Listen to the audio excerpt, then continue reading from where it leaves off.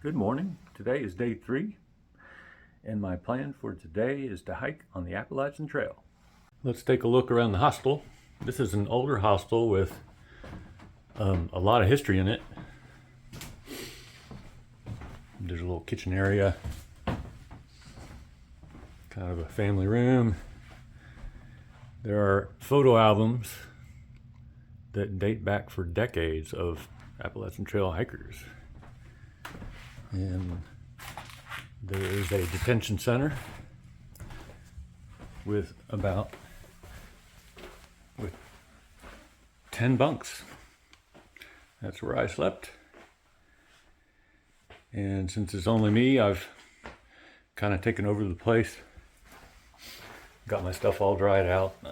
I can't imagine the logistics of if there were all 10 bunks full here and everybody's stuff. So I plan to take 3 days, 2 nights to go about 38 miles to Dix Creek Gap. And I don't really know where I'm going to camp tonight. I'm going to leave it up to how I'm feeling. So we'll see how I divide those 38 miles among the 3 days I have.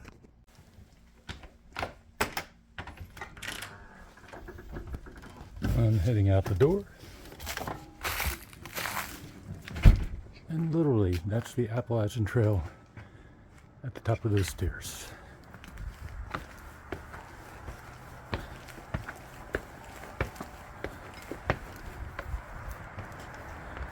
There's a blaze on the building. There's the tree with all the boots that are worn out. Gets slung up into.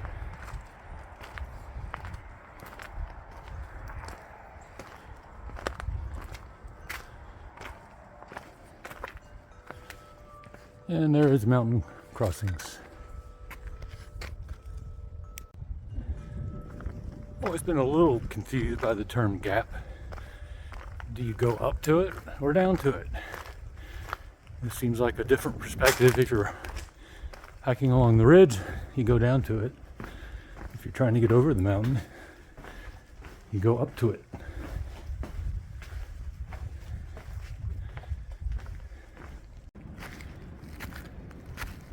Little sunrise action over there.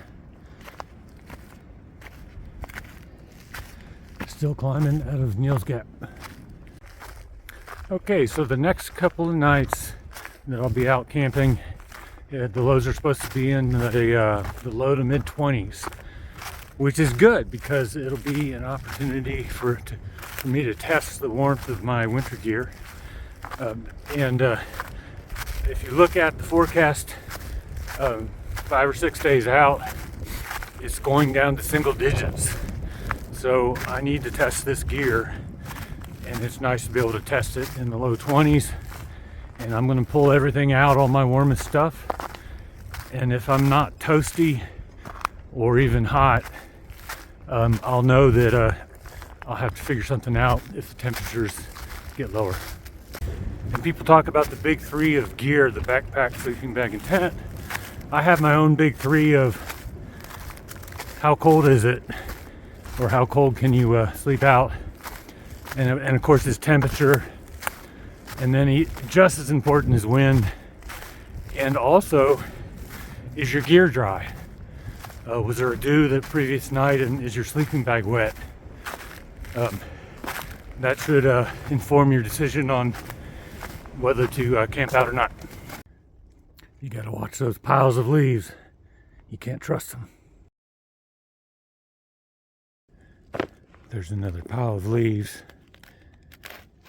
There could be a 200-foot drop-off in that pile of leaves. You don't know.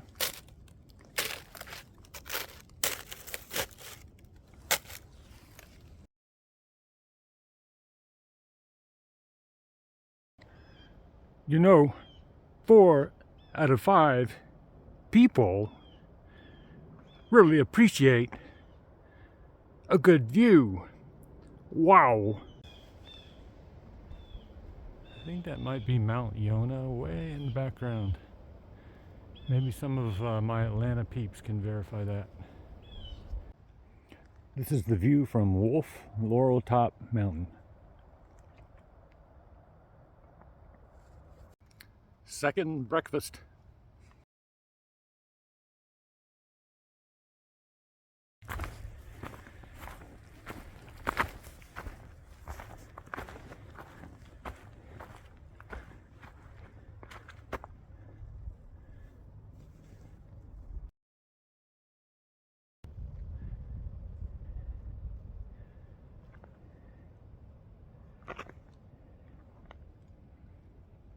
Nice.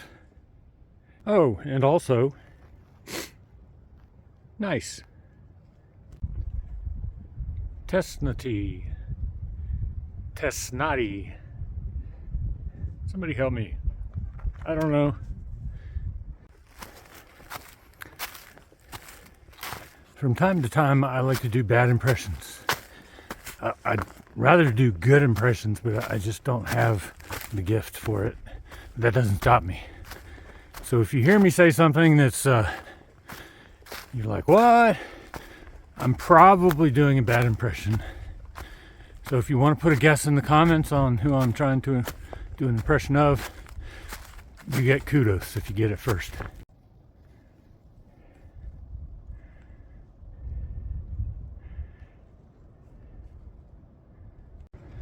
My water is freezing.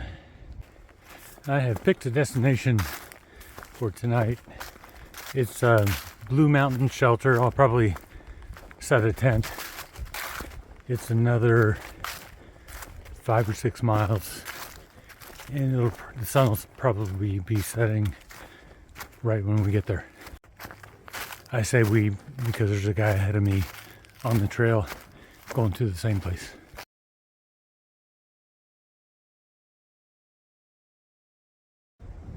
I'm pretty sure that's the highest peak in Georgia. The AT doesn't go there. I'm not going to complain. Now I think it might be Trey Mountain. The AT does go there. There's sunset from the campsite. Day 3 was a good day. Went about 17 miles. And that means the next couple of days I can go a lot less and get to my destination. This is another shelter. I thought about tenting out. This shelter is right on a ridge and it's windy, so I'm going to find a place out of the wind inside that shelter.